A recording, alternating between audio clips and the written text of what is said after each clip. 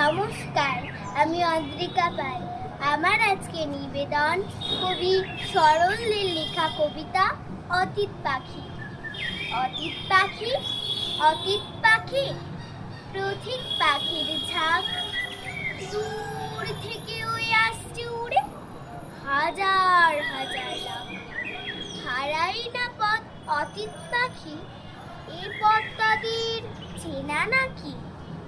আসছে রে মেঘ ফুরি ফুরি, উড়ে পথের বাঘ। আয় তোরা অতীত পাখি, আয় রে তোরা আয়। হরেক পাখির খুশির মেলা, রঙের ছোঁয়া পাই। শীতের কটা দিনের তরে অতীত পাখি চলায় চলে। শীতের শেষে হিমের দেশে আবার ফিরে যায়। নমস্কার।